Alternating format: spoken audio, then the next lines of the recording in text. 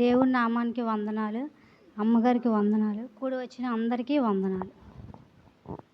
నేను చెప్పబోయే వాక్యము దేవదూతల కోసం. నా టాపిక్ దేవదూత పేరు గబ్రియేలు. గబ్రియేలు అనే దేవదూత మరియా దగ్గరికి, యోసేపు దగ్గరికి, గొర్రెల కాపరుల దగ్గరికి, అంటే ముగ్గురు వ్యక్తుల దగ్గరికి ఈ దేవదూత అనేది వచ్చింది. ఫస్ట్ మరియా కోసం చూద్దాం.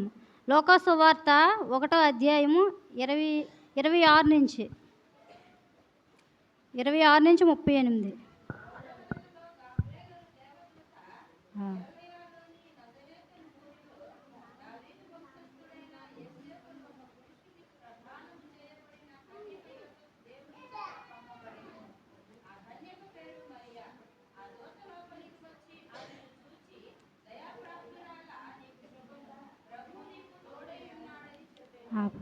అంటే దేవదూత మరియా దగ్గరికి వచ్చి, దయాప్రాప్తురాలా నీకు శుభము, అంటే శుభం ఏంటని మరియాకి తెలియదు.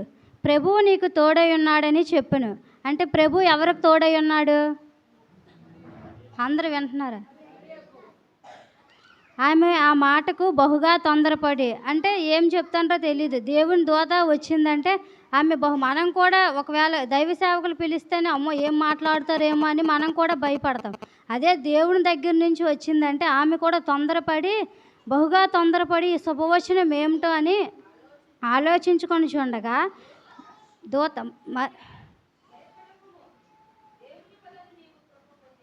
ఆ దూత అంటుంది, మరియా నీవు భయపడకము, దేవుని వలన కృప పొందితివి అంటుంది. ఎవరు కృప పొందారు?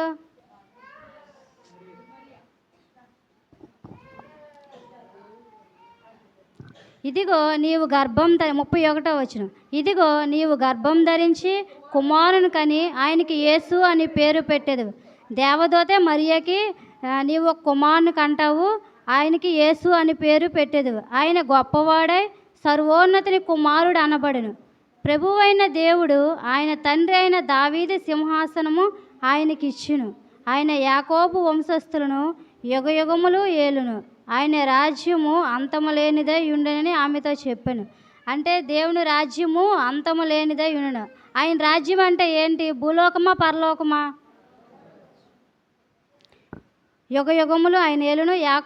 దావీదు సింహాసనము ఆయనకి ఇచ్చును. అంటే తండ్రి అయిన దేవుడు యేసు ప్రభుకి తన సింహాసనం ఇచ్చునని. మరియ అంటది, నేను ఏ పురుషును ఎరగనని, ఇది ఎలాగూ జరగనని దూత, అంటే ఆమె గర్భం ధరించిందని దూత చెప్పినప్పుడు, నేను ఏ పురుషుణ్ణి, అంటే మనము ఫిజికల్గా భార్య భర్తలు ఇదైతేనే గర్భం ధరిస్తారు లోకంలో, కానీ నేనేమో గర్భం ధరించాను, ఇది ఎలా జరుగుతుందని దూతని ప్రశ్నిస్తుంది మరియ.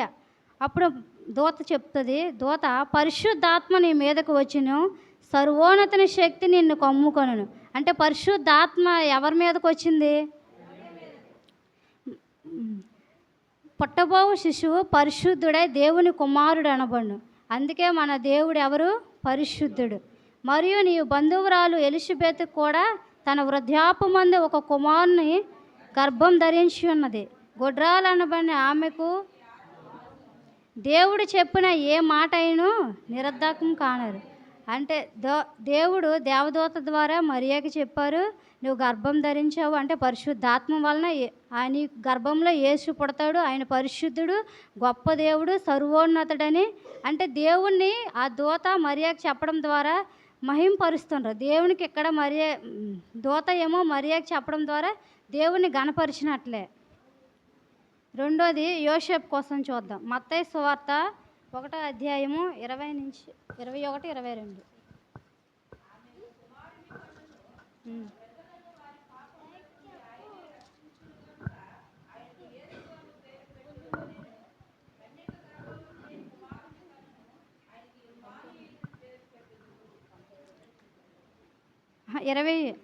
అతడు ఈ సంగతులను గురించి అంటే యోసేపు అంటే తన మరియా భార్య అయిన ప్రదానం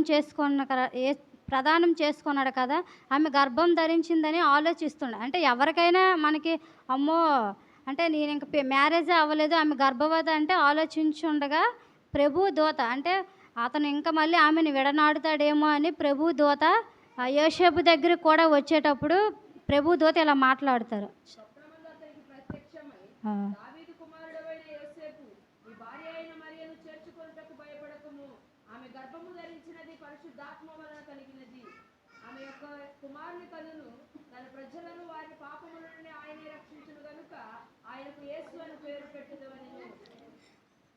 దేవదూత వచ్చి మరియకు కూడా భయపడకు అన్నారు. నెక్స్ట్ యోసేపుకు కూడా భయపడకు అన్నారు. ఎందుకంటే మనము పిరికి వాళ్ళం, లోకంలో ఉన్నాం కదా, వాళ్ళు లోకంలోనే ఉన్నారు, కానీ వాళ్ళు కూడా భయపడతారేమని ఫస్ట్ రాగానే నువ్వు భయపడకమని యోసేపుకి చెప్పినట్లు మరియకు కూడా ఇద్దరికీ భయపడకమని చెప్పారు.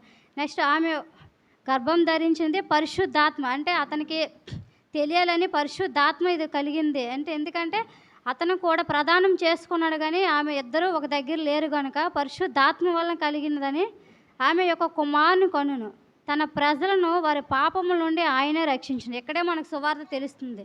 ఆయన ఎవరు? మన పాపముల నుండి, మనం చేసిన పాపముల నుండి ఆయనే రక్షించును. కనుక ఆయనకు యేసు అని పేరు పెట్టారు. యేసు అనే అర్థము కిందన రక్షకుడు అంటే. రక్షకుడు అంటే రక్షించేవారినే రక్షకుడు అంటారు.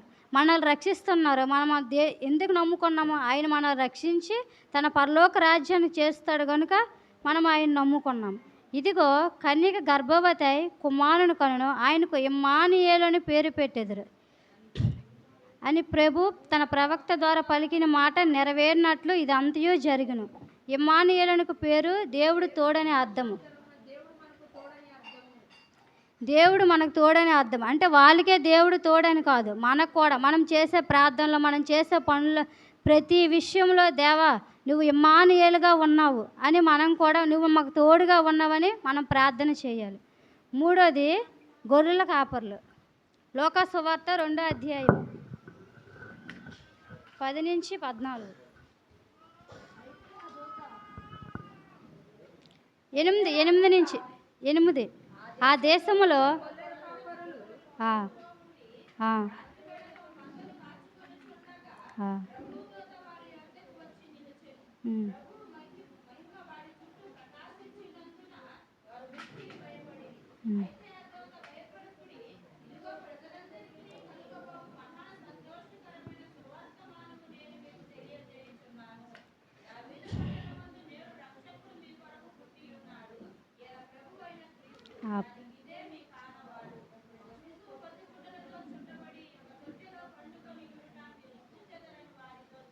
చాలు.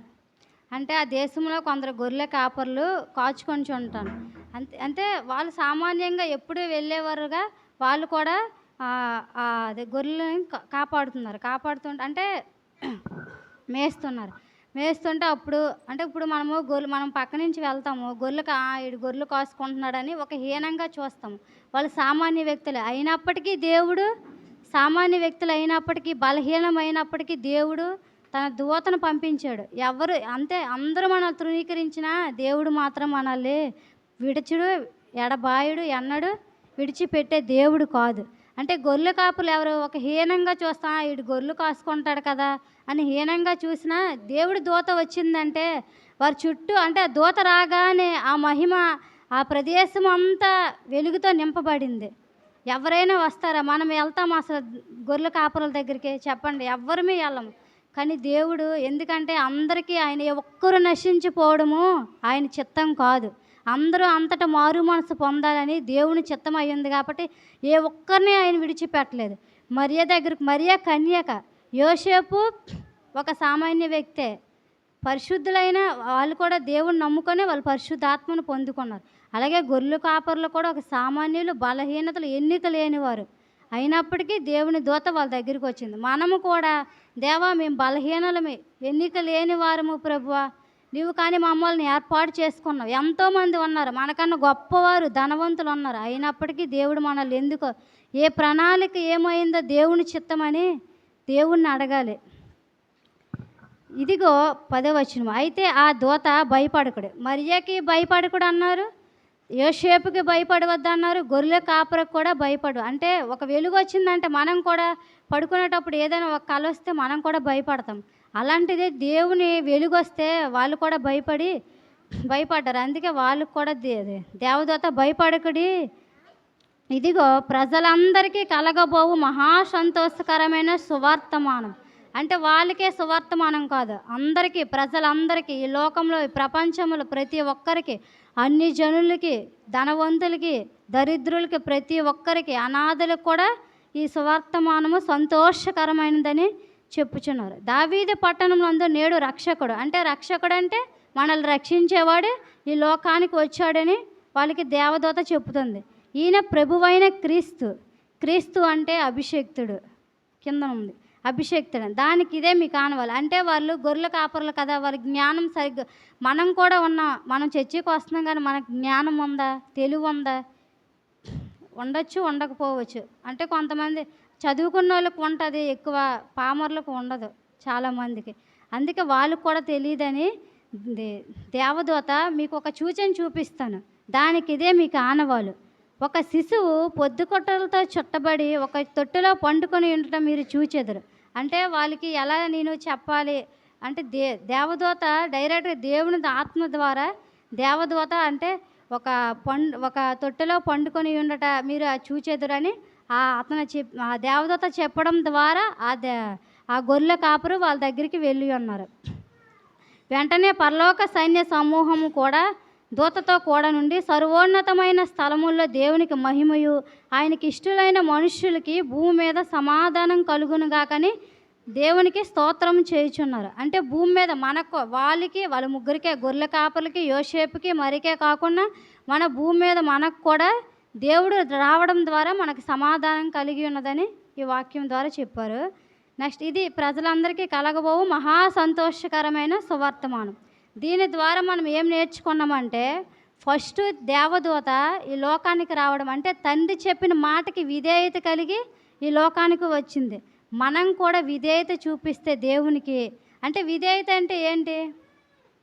దేవుని మాట వినడం. దేవుని మాట వినడం అంటే మనం చేస్తున్న పనుల్లో, మనం చేస్తున్న క్రియల్లో దేవుని వలె మనం నడుస్తున్నామా లేదా అనేదే విధేయత. నెక్స్ట్, స్వప్నమందు ఆ ముగ్గురికి, యోసేపుకి, మరియకి, గొర్రెల కాపర్లకి కనిపించినట్లు స్వప్నమందు దేవదూత మనకు కూడా అపోస్తల కార్యంలో ఉంటుంది, యోవేల అధ్యాయంలో కూడా ఉంటుంది. మీ ముసలి వాళ్ళు కళ్ళకందుదురు, యవనస్తులు దర్శనం చూసేదరండి. మనం కూడా దేవుణ్ణి అడగాలి, దేవా వాళ్ళకి కనిపించేటట్టు దేవా మమ్మల్ని కూడా పరిశుద్ధాత్మతో నింపండి ప్రభువా, స్వప్నమందు కనిపించి యేసయ్యా నువ్వేం మాట్లాడావు, నువ్వెందుకంటే నువ్వు మాట్లాడే దేవుడు ప్రభువా అని మనం కూడా కన్నీటితో దేవుడిని అడగాలి. ఎప్పుడైతే మనం తగ్గించుకొని దేవుని దగ్గర అడుగుతామో దేవుడికి వాళ్ళు కూడా సామాన్య వ్యక్తులే, మనం కూడా సామాన్య వ్యక్తులే అయినప్పటికీ దేవుడు మాట్లాడే దేవుడు. వాళ్ళతో దేవుడు మాట్లాడే దేవుడు మనతో మాట్లాడ్డా, దేవునికి విధేయత కలిగి మనం జీవిస్తే దేవుడు మనతో మాట్లాడతారు. దేవుణ్ణి మనం అడగాలి, దేవా నాతో మాట్లాడండి ప్రభువా, నీకు నేను అవిధేయత చూపిస్తున్నానేమో ప్రభువా, నాతో మాట్లాడండి, నాలో ఏమైనా తప్పులు ఉన్నాయా, నువ్వు పాపులను రక్షించడానికి వచ్చావు కదా యేసయ్యా, నా పాపాన్ని కడిగి వేయండి అని దేవుణ్ణి అడగాలి. దినదినము దేవా ఈ దినం నేను ఎక్కడ తప్పిపోయానేమో ప్రభువా అని దేవుణ్ణి అడగాలి. దేవదూతలు ఎలాగైతే తండ్రికి మాటకి లోబడి విధేయత చూపించారో మనం కూడా విధేయత చూపించాలని, పరలోక రాజ్యంలో ఉండాలని దేవుని చిత్తము, దేవుని కోరిక ఉన్నది.